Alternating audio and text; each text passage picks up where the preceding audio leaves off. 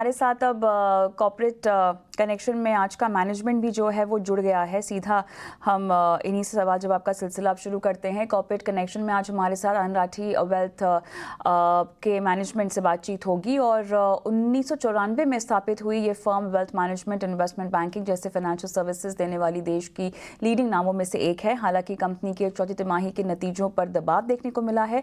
Revenue की बात करें तो लगभग 1% की बढ़त देखी है, लेकिन मुनाफा 2% और EBITDA की बात करें 9% कम हुआ है। बाजार में जारी उतार चढ़ाव का नतीजों पर असर और FY25 के लिए AUM, रेवेन्यू ग्रोथ गाइडेंस पर भी हम करेंगे। हमारे साथ जुड़ के आनंद राठी वेल्थ के चेयरमैन आनंद राठी और कंपनी के CEO राकेश रावल, आप दोनों का स्वागत है हमारी इस बेहद खास पेशकश में। और चलिए यहाँ पर सवालों का सिलसिला हम शुरू करते हैं और राठी सर आपके पास आएंगे। तो FY24 का जो गाइडेंस है उसको क्लियरली सरपास किया गया है Q3 में, लेकिन ओवरऑल आउटलुक अगर हम समझना चाहें कंपनी की स्ट्रैटेजीज को लेकर और नेक्स्ट 2 से 3 सालों की रणनीति को लेकर, तो वो आप क्या कहेंगे? देखिए, आउटलुक कंपनी का बहुत अच्छा है। जैसे आपने देखा पिछले 2.5 वर्ष से, जब से हमने पब्लिक रिजल्ट्स देने चालू किए हैं आप IPO के बाद, हर वर्ष हर क्वार्टर में 30 से 35% की हमारी बढ़ोतरी हो रही है प्रॉफिट में। और हमारे मानना है कि अगले 2-3 सालों में हमने जैसे पहले कहा कि भाई हमारा AUM रेवेन्यू बेस करीब 20%, 20-25% बढ़ना चाहिए और इस हिसाब से प्रॉफिट भी उसी लाइन में है, कम से कम 20-25 तक का तो बढ़ना ही चाहिए। राकेश जी, यहाँ पर जो बायबैक है लगभग 164 करोड़ का, उसके पीछे का क्या रैशनल है और किस तरह से इसको आप समझाएंगे दर्शकों को? इसका रैशनल ये है कि हम लोग का जो बिजनेस है वो कैश जनरेटिंग बिजनेस है और उसके अंदर requirement of cash for capex and stuff, उस प्रकार की चीज़ों की रिक्वायरमेंट बड़ी कम होती है। एंड इसलिए हम शेयर होल्डर्स को रिवॉर्ड करते हैं डिविडेंड्स के थ्रू और उसी लाइन में चलते हुए शेयर होल्डर्स को रिवॉर्ड बायबैक्स के थ्रू भी वो लॉजिकल स्टेप है। और जो हमको लगा कि इस समय हम कुछ बायबैक से भी ऑफर कर सकते हैं, इसलिए हमने किया। बताएं हमें, ओवरऑल अगर हम सिक्वेंशली देखें तो जो नंबर्स आए हैं रेवेन्यू के लिहाज से वो काफ़ी फ्लैट वॉलेटिलिटी दिए हैं। वॉलेटिलिटी रही है बाजार में, ये भी हम कह सकते हैं, लेकिन म्यूटेड ग्रोथ हमें पहली तिमाही में नए वित्त वर्ष की दिखाई देगी।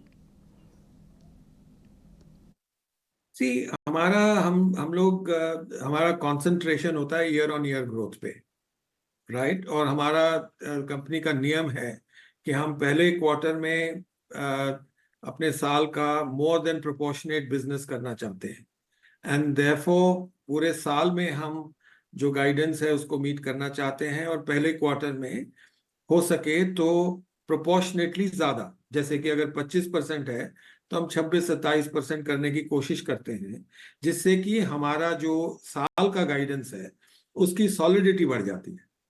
And therefore quarter on quarter का जो राशनाल है वो हम लोग इतना ज्यादा उस पर तवज्जो नहीं देते।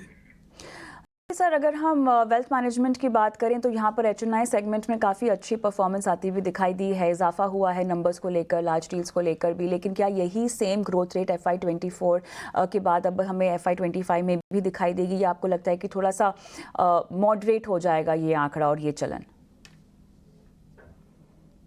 मेरे हिसाब से तो मॉडरेशन नहीं आके वृद्धि आएगी, क्योंकि 2 चीजें आप देखिए, एक तो वेल्थ तो बढ़ी रही है, वेल्दी लोग बढ़ ही रहे हैं, और सबसे बड़ी अभी भी बहुत कम लोगों को एक सही एडवाइस मिल रही है जिनके पास अच्छे वेल्थ मैनेजर हों।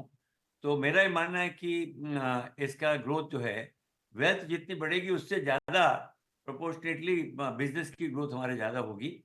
और जो कि आपने पिछले कई सालों में देखा है कि हम जब सोचते हैं कि इतनी वृद्धि होगी, उससे ज़्यादा गाइडेंस से ज़्यादा हम वृद्धि कर पा रहे हैं। उसका कारण ये है कि मार्केट में इसकी बहुत अच्छी वो एक पोटेंशियल है। और particularly pure wealth management company जो हमारी है, मेरा मानना है कि हमारी एक कंपनी है जो प्योर वेल्थ मैनेजमेंट कंपनी है, जिसमें और कोई काम नहीं है। हम ना तो कोई इसमें लैंडिंग का बिजनेस है या ब्रोकिंग का, कोई अलग दूसरा बिजनेस नहीं है। सो ट्रूली स्पीकिंग एक प्योर वेल्थ मैनेजमेंट कंपनी जो है होने के नाते हमारी वृद्धि और तेजी से हो रही है। राकेश जी, AUM गाइडेंस और टॉप लाइन गाइडेंस, अगर मैं एक्सपेक्टेशन समझना चाहूँ FY25 से, तो क्या होगी? ग्रोथ ट्रिगर्स इसको लेकर आप क्या आंकेंगे? सर, हमारा AUM गाइडेंस है कि हम 72,000 करोड़ तक पहुंचे, जो 21% के करीब है। उसी लाइन में 910 करोड़ का टॉप लाइन का है, जो भी 21% है। And I think the growth triggers lie in the new monies that we are going to be getting. Of course, there will be some market increase which is there, but substantially वो जो हम नए पैसा लेके आने वाले हैं, उससे हमारी ये ग्रोथ होगी। जैसे पिछले साल हमने 7,000 करोड़ के करीबन नया पैसा लाए थे। हमारी उम्मीद है कि उससे हम कई ज़्यादा इस साल हम ला सकें। राठी सर, ये बताएं कि फ़िलहाल अगर हम नई अपॉर्चुनिटीज़ की बात करें, और क्योंकि बहुत ज़्यादा फोकस अब B30 टाउन्स पर है, छोटे मझौले शहरों में है, तो वहाँ अपनी पहुंच बढ़ाने को लेकर किस तरह की स्ट्रैटेजी बनाई जा रही है? रिस्पॉन्स इन छोटे मझौले शहरों से क्या निकल कर आ रहा है? वहाँ रिस्पॉन्स बहुत अच्छा है, बल्कि क्या है, उन छोटे शहरों में अभी भी प्रॉपर वेल्थ एडवाइजर्स हैं नहीं, और जहाँ भी हम जा रहे हैं वहाँ बहुत तेजी से हमको ग्रोथ मिल रही है। पिछले 2 साल में जितने नए सेंटर्स हमने खोले हैं, तेजी से बढ़ते जा रहे हैं, और हर साल कम से कम 3-4 नए जो सेंटर हम चालू करने का प्लान कर रहे हैं, और वहाँ ग्रोथ मिलेगी। क्योंकि देखिए, हर जगह 5 करोड़ के ऊपर के जो हैं वेल्दी लोग तो हर टाउन में मिल जाएंगे, हर 4th टायर सिटी में मिल जाएंगे। इसलिए मेरा मानना है कि जहाँ भी हम जाएंगे वहाँ तेजी से वहाँ भी ग्रोथ होगी। राकेश जी, ये बताएं कि मार्जिन्स और प्रॉफिटेबिलिटी डिफरेंस जो है प्राइवेट वेल्थ में और डिजिटल वेल्थ में, किस तरह से उसको स्केल अप करने की आपका इरादा है? डिजिटल सेगमेंट को खासतौर से आप कैसे फोकस में ले रहे हैं? जी, हमारा ओवरऑल जो मार्जिन है अबाउट 40% के आसपास का है, और हम उस डायरेक्शन में जाना चाहते हैं। और कई बारी जैसे हम बात करते हैं ऑपरेटिंग लेवरेज वगैरह की, तो अगर हमारे को कुछ ऑपरेटिंग लेवरेज से फायदा होता है तो उसको हम बिजनेस में वापस इन्वेस्ट करना चाहते हैं। क्योंकि जैसे जैसे बिजनेस बढ़ेगा, हमारे वेरियस फंक्शनैलिटीज को हमें स्ट्रेंथन करना पड़ेगा, क्योंकि वो फाउंडेशन स्ट्रांग होगी तो वो बड़ा स्केल को झेल पाएगा। And therefore our long term vision is that we should maintain the 40% margin in our business so that we adequately reward the shareholders.